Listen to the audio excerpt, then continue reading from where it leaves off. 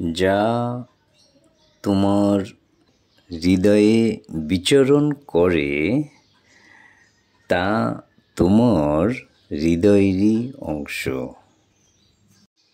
যার ভালো লাগা মন্দ লাগা ইচ্ছা অনিচ্ছায় তুমি সর্বোচ্চ সতর্ক অবস্থায় থাকো, সে তোমার প্রাণের চেয়েও প্রিয়।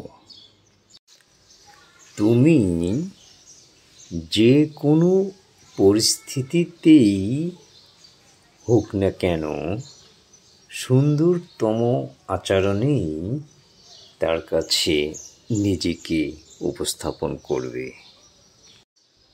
ভুলেও কখনো তার সাথে প্রতিপক্ষের মতো আচরণ করবে না। করলে তা তোমার জন্যই আত্মঘাতী হবে। তুমি সইতে পারবে না। তাতে তোমার হৃদয়ই ছিন্ন বিচ্ছিন্ন হবে, ক্ষত বিক্ষত হবে। যে তোমার হৃদয়ের অংশ, কে তোমার সেই মানুষ?